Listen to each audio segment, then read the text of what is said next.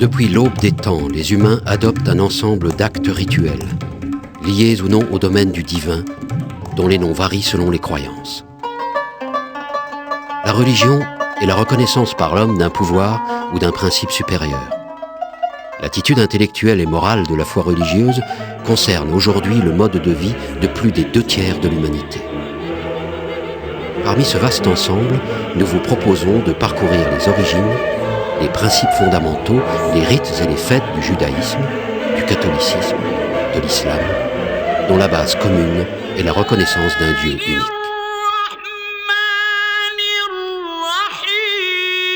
En regard de ces 3 religions monothéistes, vous avez la possibilité de découvrir les origines du bouddhisme, une doctrine à caractère philosophique et religieux dont les principes fondamentaux sont la non-violence, la paix et la compassion. 4 chronologies retracent les faits les plus marquants de l'histoire des religions, de 1850 avant Jésus-Christ à l'aube du XXIe siècle. Et 4 calendriers rappellent les rites et les fêtes propres à chacune d'elles.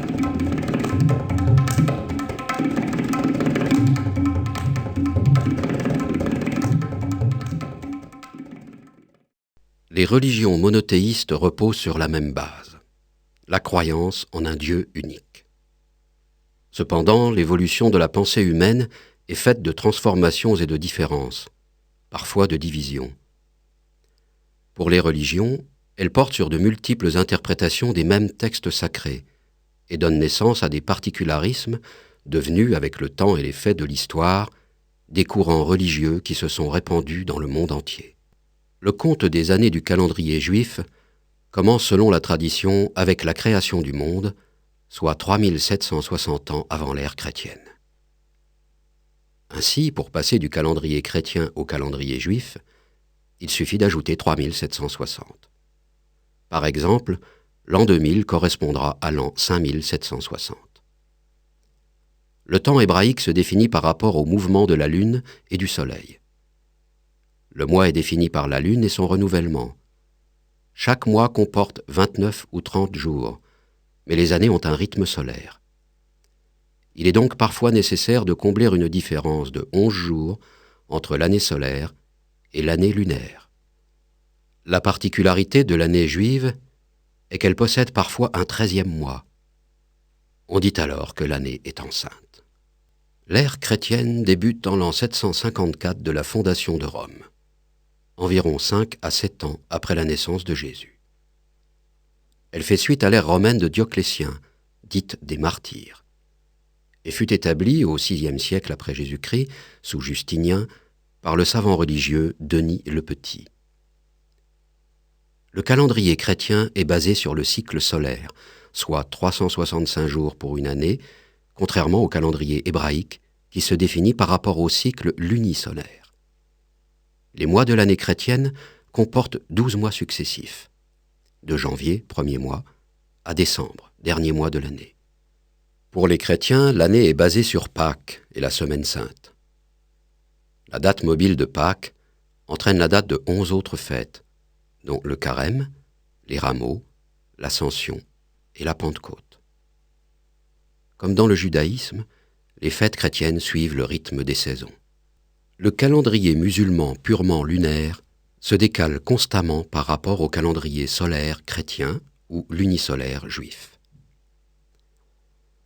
L'exode de Mahomet et son arrivée à Médine le 24 septembre 622 marquent le début de l'ère hégirienne.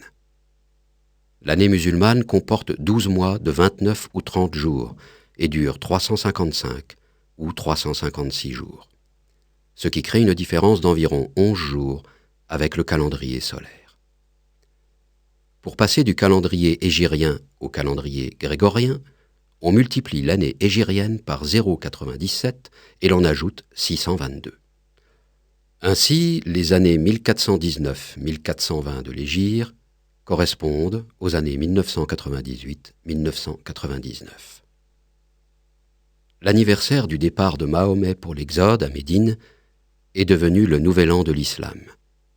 C'est le premier du mois de Moharram.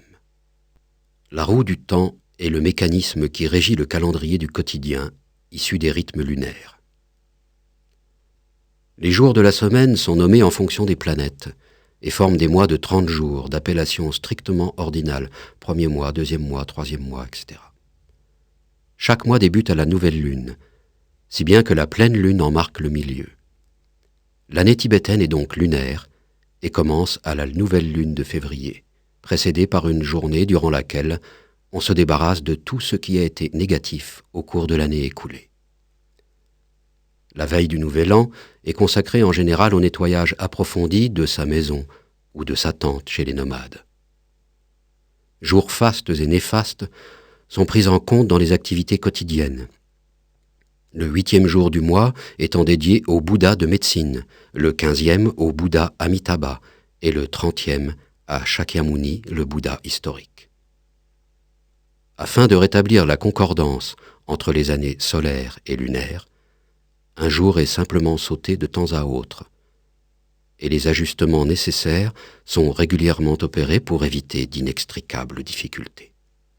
Les millénaires, les siècles, les années subsistent dans la mémoire grâce aux signes humains et divins, aux textes sacrés, aux récits mythologiques dont les racines sont enfouies dans la poussière du temps, ou si l'on préfère, dans l'eau et dans le feu, dans la terre et dans l'air.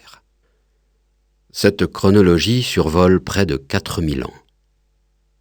Elle permet de situer dans le temps, puis dans l'histoire, Abraham, Siddhartha Gautama le Bouddha, Jésus-Christ et Mohammed, le dernier des prophètes.